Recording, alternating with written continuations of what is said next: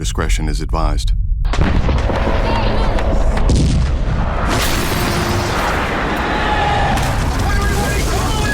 was in World War II, fella, and I served 3 years. I know what it's about. So I have a son that's going to go into the army.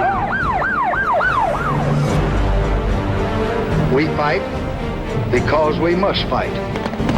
If we're to live in a world where every country can shape its own destiny, we will not be defeated.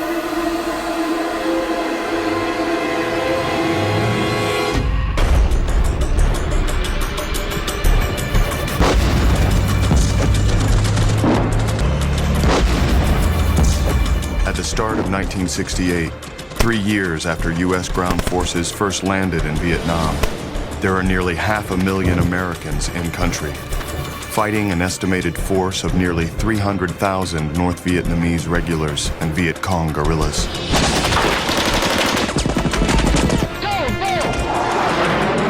U.S. military strategy is a combination of bombing key industrial and supply sites in the north, while launching massive search and destroy operations in the south.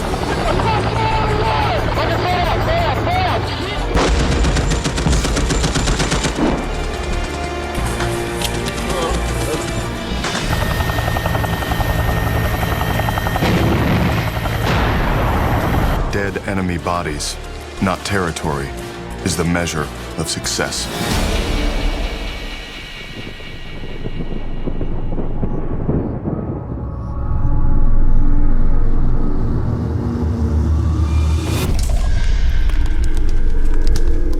With the numbers tipping firmly in America's favor, President Johnson and his top military advisors, including Overall Commander General William Westmoreland, assure the American people that victory is within reach. It is only a matter of time before the NVA and VC succumb to their losses. The Vietnamese, however, have successfully battled foreign powers for over 1,000 years. And with a population of over 16 million, the North is prepared and willing to replace their casualties.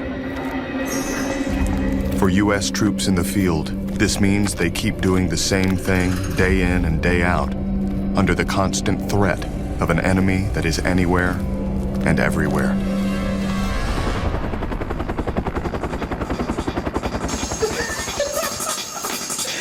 Out here, the tension just builds and builds until you feel like you're gonna explode. Most of these guys would give anything for an excuse to squeeze off a couple rounds. 19-year-old Second Lieutenant Barry Romo has been in Vietnam for 6 months.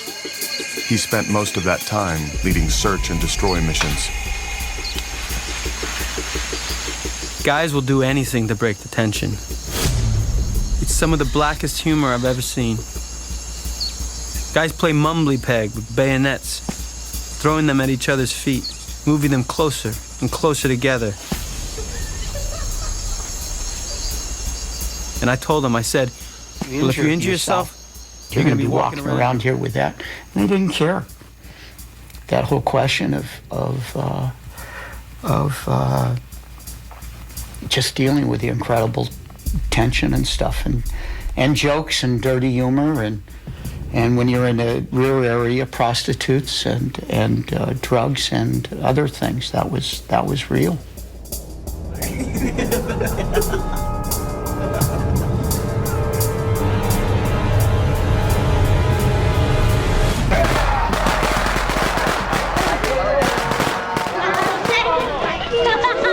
Romo and his men cope with the rhythm of the war, tens of millions of people throughout Vietnam prepare for the country's most important holiday, the Vietnamese Lunar New Year, or Tet.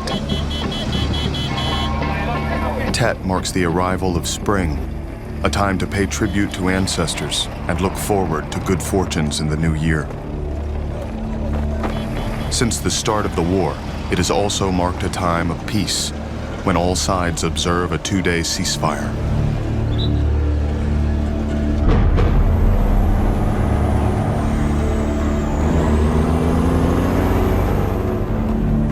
A lot of South Vietnamese soldiers have already headed home, though. But these past couple days, command's been trying to call everyone back. Apparently, we've gotten wind of the NVA's buildup around some of the cities. That was the first time I'd heard about a planned offensive. And people in I Corps, some of the intelligence people anyway, the ones I dealt with, believed it was going to happen. Not everyone's taking it so seriously, though. Some guys are saying there's no way the communists can launch anything major. They're already all tapped out. But I'm not so sure about that. From what I've seen fighting these bastards in the bush, they're smart as hell, and they don't give up.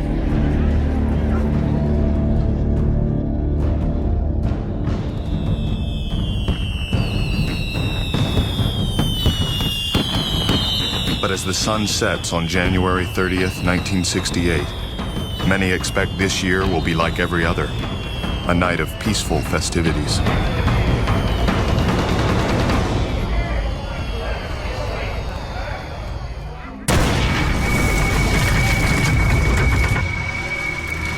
Quadrant 372, verified.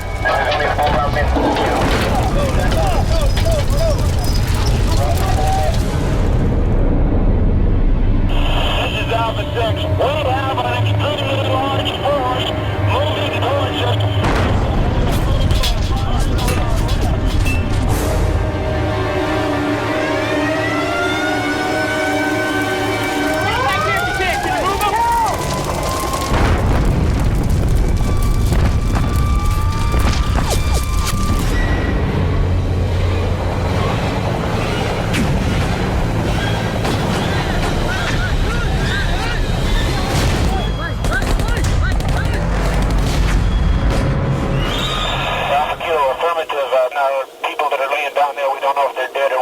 All of a sudden, the radios start going crazy.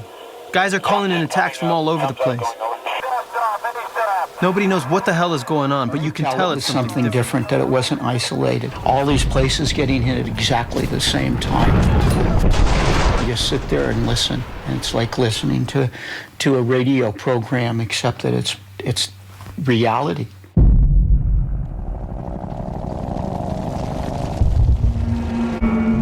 As the sun rises on January 31st, the confused actions of the night give way to a grim realization. Over 120 cities, towns, and military bases, including the capital of almost every province in South Vietnam, are under attack by an estimated 84,000 North Vietnamese and Viet Cong. It is the largest coordinated military action of the war to date.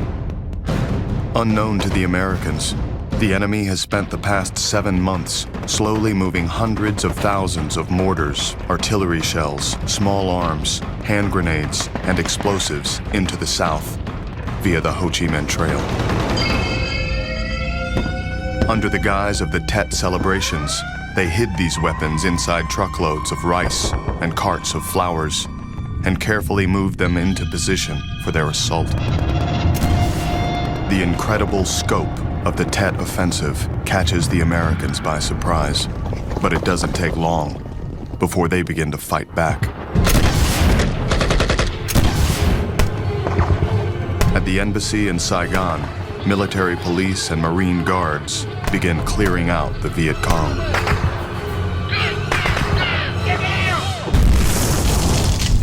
Just outside the city, at Tan Son Nhut Air Base, 905 U.S. ground troops engage in close quarters combat with 1,200 NVA. pilots lift off under enemy fire to support fighting elsewhere in the country.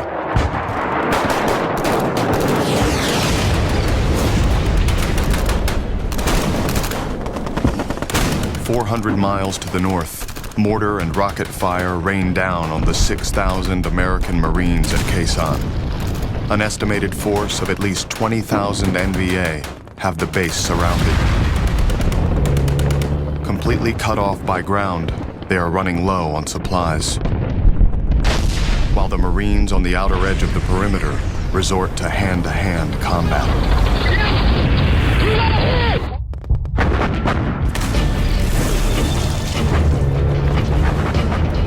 To the east, in the ancient imperial capital of Hue, a few hundred U.S. and South Vietnamese troops are tenaciously holding what little ground they can against the advancing 8,000 NVA, who are determined to wipe them out.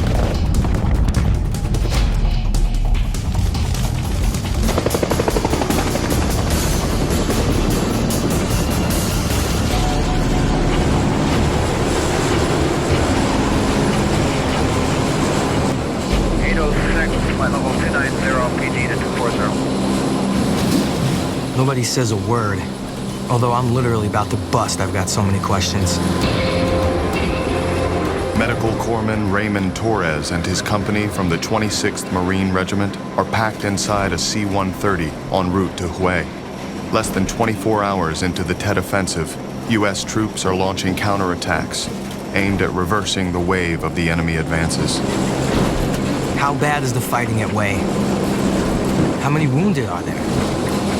What do I do when we land? Ask for instructions? Or just run to the nearest casualty and start working? 125 north at 15, United 12. But nobody pays any attention to a hypermedic. They've all got their game faces on. After all, Marines don't ask questions. They just do. Right at that moment, the pilot comes on the radio and says we're not gonna land at Hue. Orders have been changed. Then dead air. They don't tell the Marines anything until it actually happens. We were just anticipating going to Hue City, and you didn't have time to think about it because you didn't know until the plane was ready to land that we were landing at Khe Sanh. That was our mindset, but either way, we had no choice.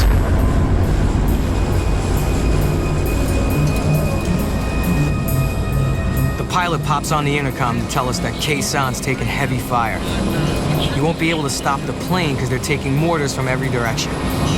So once we touch the ground, he's just gonna slow down a bit, and then we'll have to bail out and head for the trenches. Bail out? What the hell does that mean?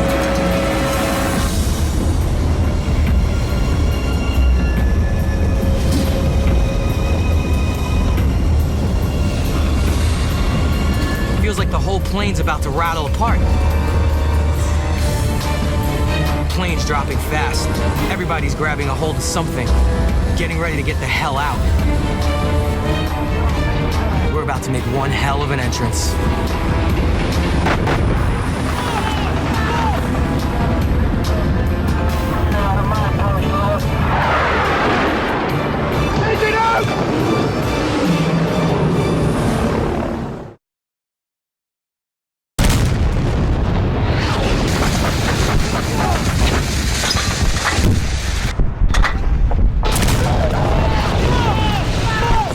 Base is under siege. Everything's been shot to hell by enemy mortars and artillery. We're lucky we made it in here alive. Hey, get behind something now. We got air. After landing under intense enemy fire, Marine Corpsman Raymond Torres is in the thick of the battle at Khe Sanh.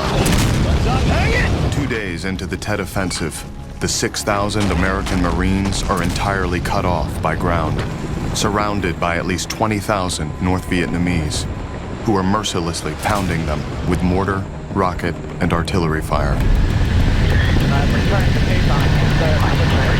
Their main protection against being overrun is the precision flying of American pilots and their accuracy in dropping one of the most destructive weapons of the Vietnam War, napalm. Here it comes. The NVA is so damn close. Our pilots are dropping napalm right outside the perimeter.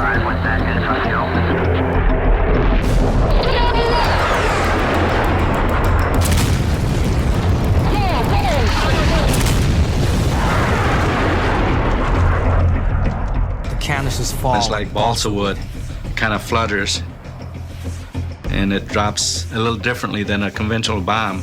And when it hits, it's just a big explosion, and it's just a ball of fire, and it just keeps traveling and just burning everything in its path.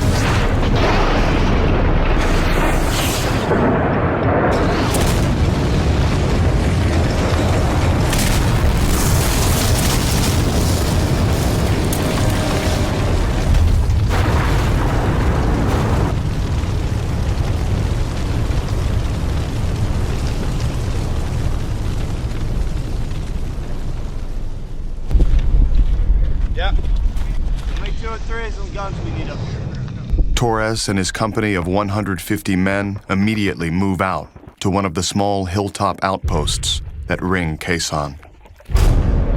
Only a few thousand yards from enemy positions, these outposts are the last line of defense against the advancing NVA and have been the site of bitter fighting since the start of the battle. Our orders are to hike our asses up to the top of Hill 861A to reinforce the company that's up there.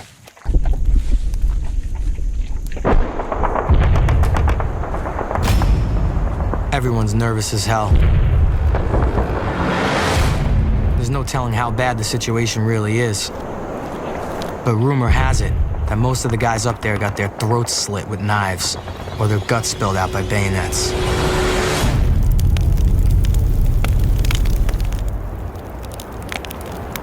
The smell is sickening.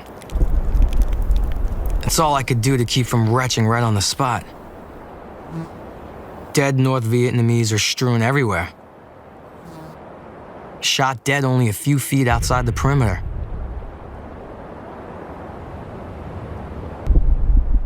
No one says a word. But they don't have to. The look on their faces says it all. It was something you're not really prepared to see. And that's when it sinks in that how did we get here and what are we doing here, you know, and is this for real? And it sinks in that, yes, this is for real. While Torres joins the struggle at Khe Sanh, throughout South Vietnam, U.S. and ARVN forces are launching a series of counteroffensives. Although the initial surprise of the Tet Offensive resulted in quick victories for the enemy, within days, the NVA and VC are being driven out of almost every major city hit during the attack.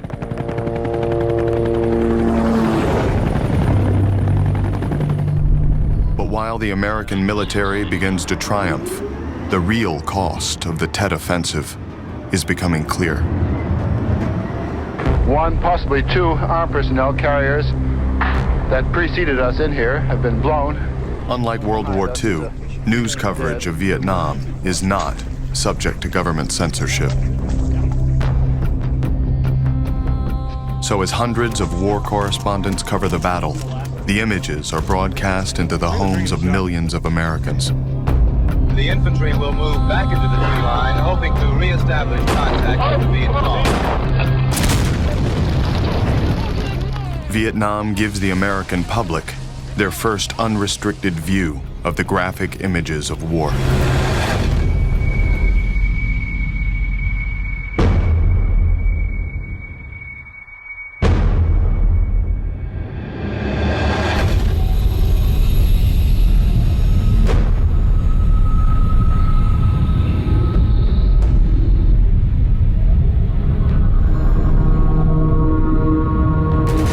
February 1st, 1968, an NBC cameraman is filming South Vietnam's chief of national police in Saigon when a Viet Cong prisoner is brought to him. The ensuing image becomes a symbol of the war's brutality.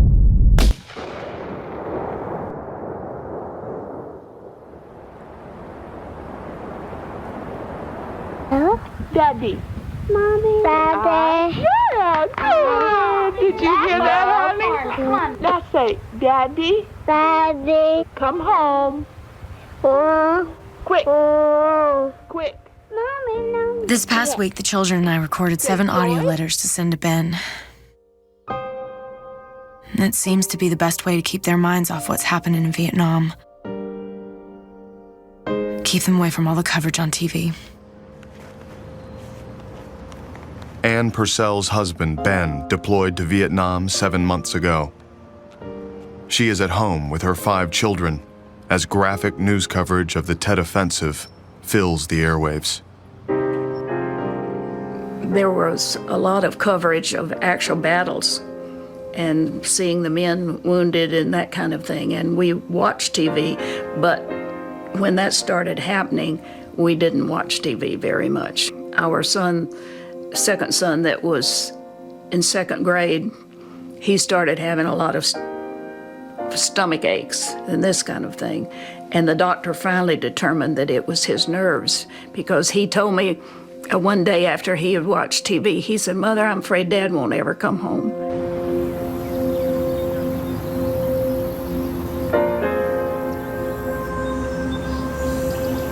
Everywhere we go, school, church, even out shopping, all anyone wants to talk about is the war.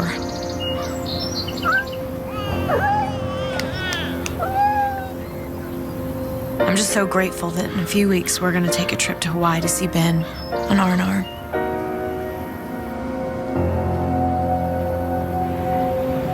Hi, darling. I can't wait until we meet in Hawaii. Take care of yourself.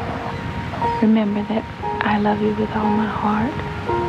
I miss you with all my heart. I'll be so glad when this tour is over. And I hope we never have to be separated again.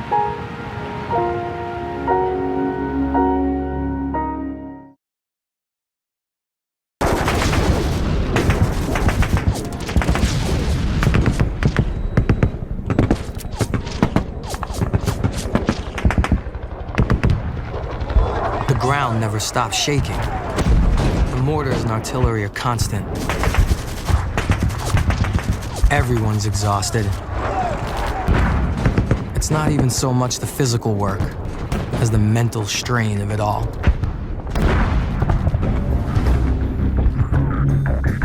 Medical Corpsman Raymond Torres and his company of 150 Marines are at the defensive outpost atop Hill 861A on the outer perimeter of Khe Sanh. Below them, enemy mortars and rockets continue to pound the base's airstrip, making it increasingly difficult to land planes. More and more, the Marines are forced to rely upon aerial drops for food, fuel, and most importantly, ammunition.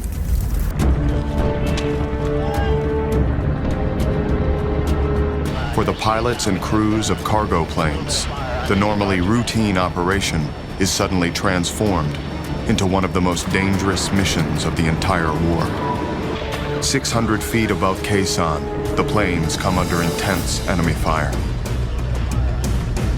While the pilot attempts to hold steady, a crewman inside the belly of the aircraft crawls within feet of the open door and releases the supplies.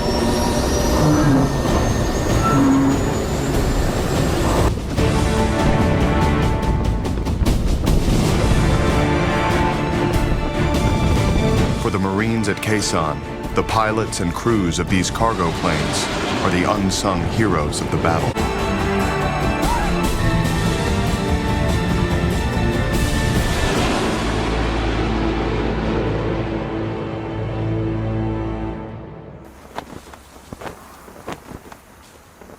Nightfall is even worse than the chaos of the day. 'Cause out here, where it gets so dark that you can't even see a hand in front of your face, Charlie owns the night. And he'll slip up on you and slit your throat before you even have a chance to scream.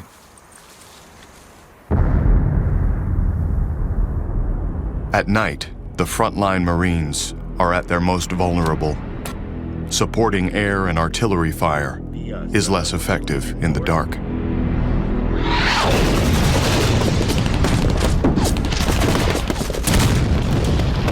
All around us, I hear Marines screaming and rapid firing. Roger, week 1, let me check. NVA's trying to break through the line. Roger, Only nobody knows where they're coming from, and nobody could see a thing. Mortars and grenades are exploding right outside the trenches.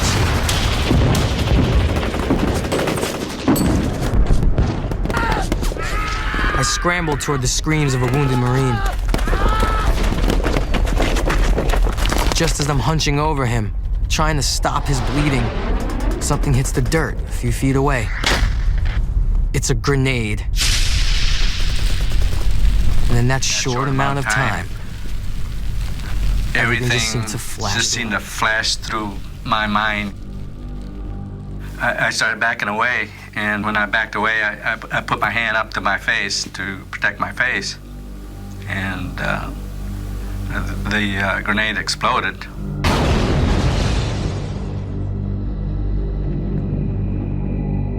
For a moment, everything goes silent from the concussion.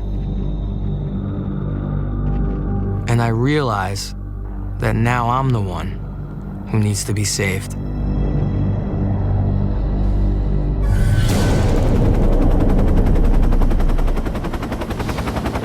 "200 miles to the south, at the American base at Pleiku, the nurses and doctors of the 71st Evacuation Hospital are rallying to save the lives of critically wounded troops from battles all over South Vietnam.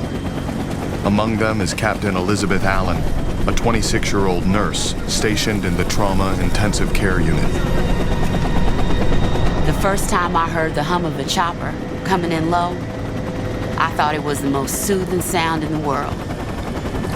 But now, standing on the medevac pad of an Army hospital, that same sound makes my heart race and my stomach tighten up. Since the start of the Tet Offensive, the number of wounded Americans in need of hospitalization has nearly doubled from that of a month earlier. It's the pace of it all that really wears you down. Back home, massive trauma and multiple amputees are rare.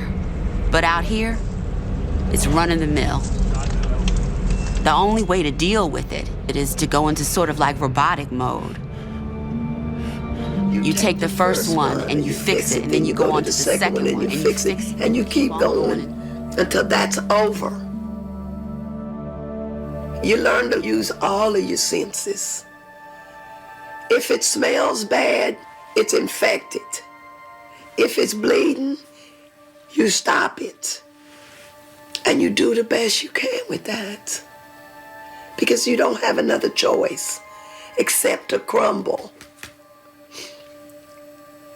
And I have to tell you, crumbling ain't my style.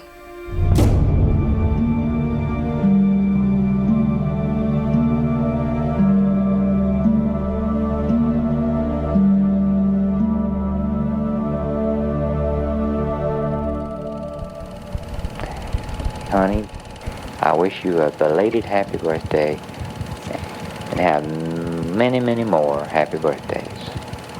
And I'll be there for your next one.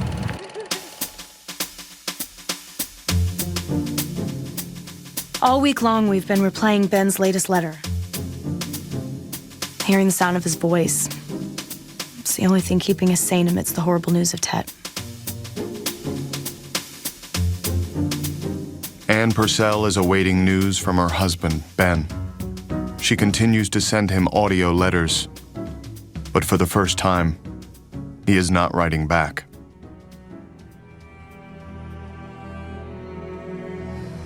Our best distraction is always church. Being there, among friends, is comforting. After the service is over, I saw the pastor standing in the hall with Major Jim Statler. And I knew that they had something to tell me that I probably didn't want to know. Our pastor said, "Ann, come into my study," and we all walked in, and he closed the door, and Major Statler said, "Ann, Ben's missing in action. And he closed the door and Major Statler said, Ann, Ben's missing in action. All of these horrible thoughts started racing through my mind. Is he dead? Is he wounded? Is he out there in the jungle all alone? Or is he being held prisoner somewhere, beaten and tortured at this very moment?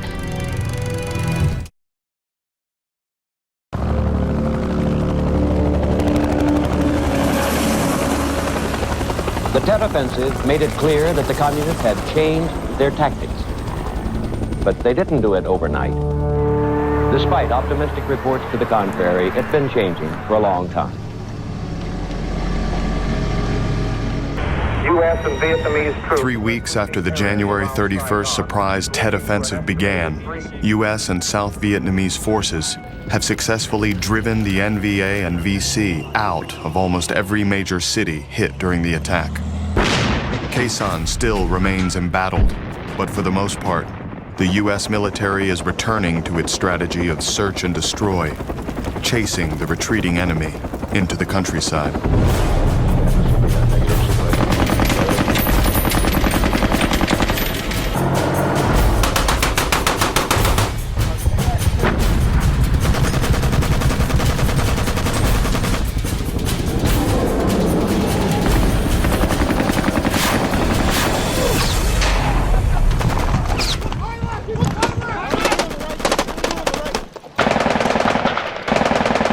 Second Lieutenant Barry Romo is back in the field outside Chu Lai, where it is believed that several hundred enemy soldiers who fled the city are now hiding. All of a sudden, I hear a huge explosion behind me. Everyone hits the ground.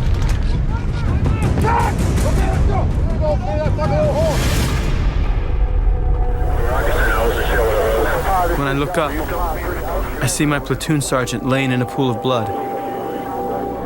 He stepped on a mine. We were just headed to LZ for pickup. Another 15 minutes, and we would have all made it out of here just fine.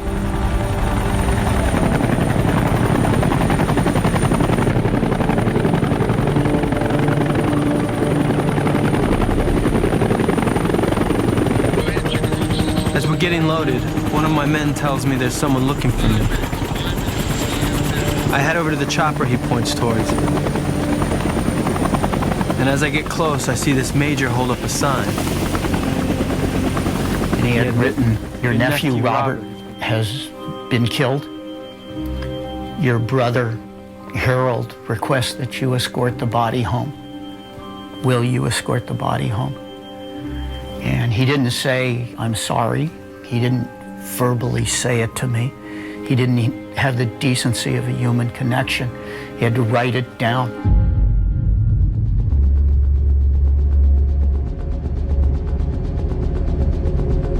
I can barely process what just happened.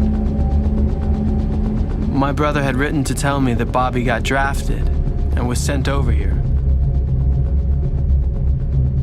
But I was never able to see him. And now he's dead. When we get back to base, the staff sergeant comes up to me. Told me how Bobby had been killed.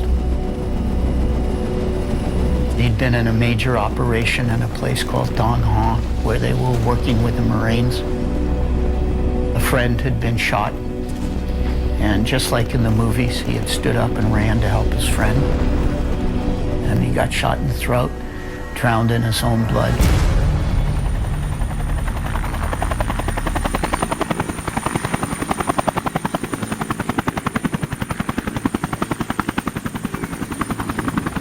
As the news sinks in, I start to realize something else. I'm leaving Vietnam. And I'm never going to see any of my guys again.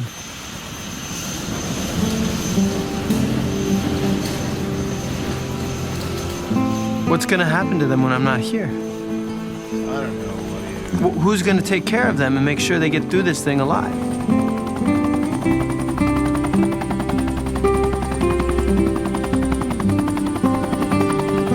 After everything I've been through, after everything all of us have been through, it kills me to know that I'm leaving them behind.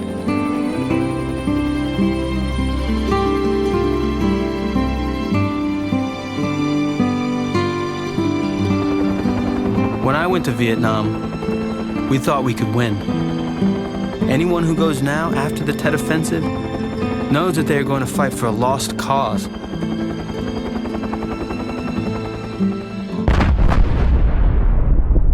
The Tet Offensive becomes a turning point, not only for the U.S. military, but for journalists covering the war. On February 27th, CBS anchor Walter Cronkite, known as the most trusted man in America, returns from a week-long trip to Vietnam and steps out of his role as a reporter to offer his personal view on the war. To say that we are closer to victory today is to believe, in the face of the evidence, the optimists who have been wrong in the past. To suggest we are on the edge of defeat is to yield to unreasonable pessimism. To say that we are mired in stalemate seems the only realistic, if unsatisfactory, conclusion. But it is increasingly clear to this reporter that the only rational way out then will be to negotiate, not as victors, but as an honorable people who lived up to their pledge to defend democracy and did the best they could.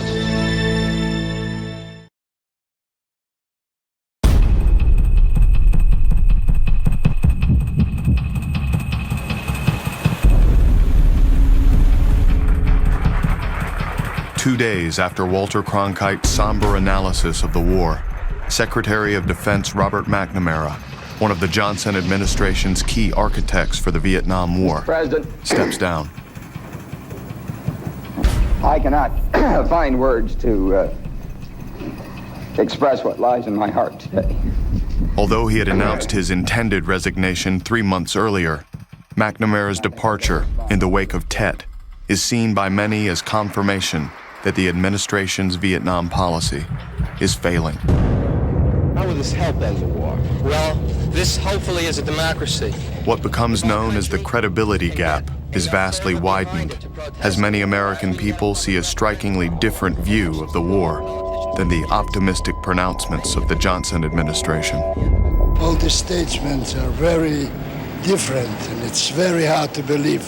One says this way, the other one says the other way, and I don't know what to believe. I have a brother that just came back from Vietnam, and he talked about it, and it's a lot rougher than what they said. National politicians seize the opportunity and openly speak out against the war.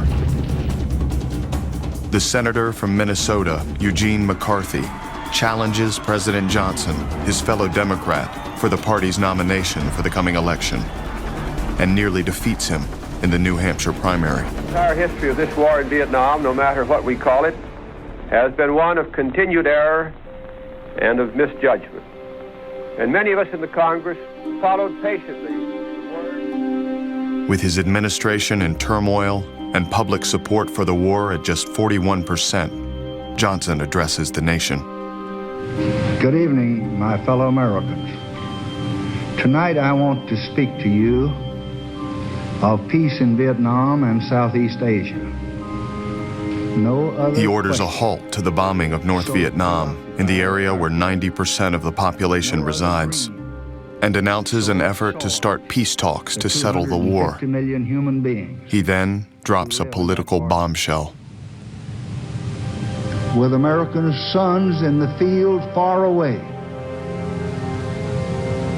with America's future under challenge right here at home, with our hopes and the world's hopes for peace and the balance every day, I do not believe that I should devote an hour or a day of my time to any personal partisan causes or to any duties other than the awesome duties of this office, the presidency of your country.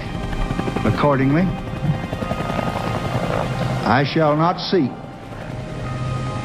and I will not accept the nomination of my party for another term as your president.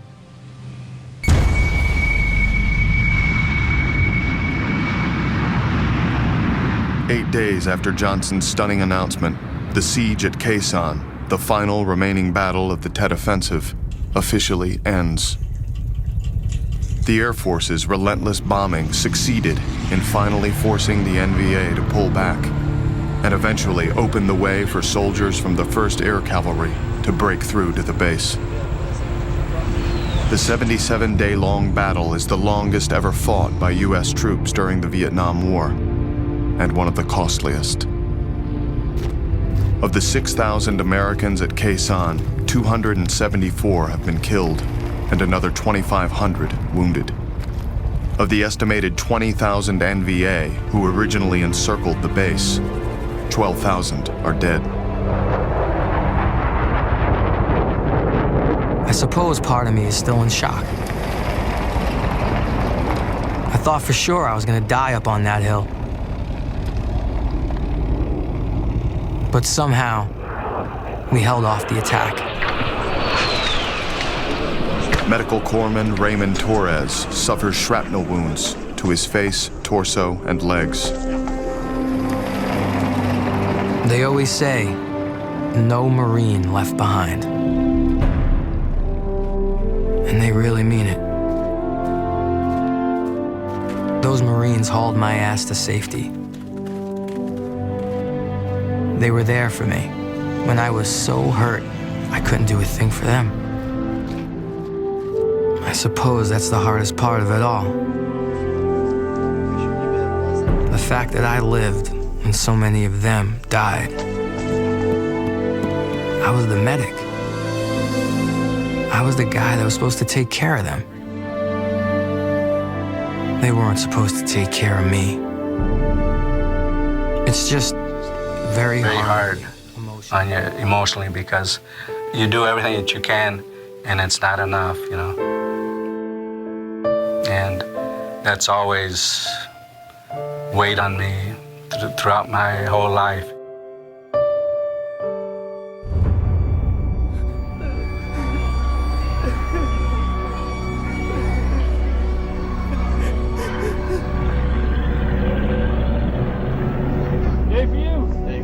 In their final analysis, the U.S. military reports that 69% of the 84,000 NVA and Viet Cong troops who fought during the Tet Offensive are killed. The VC guerrillas suffer such devastating losses, both in numbers and to their command structure, that they are essentially wiped out as an effective fighting unit.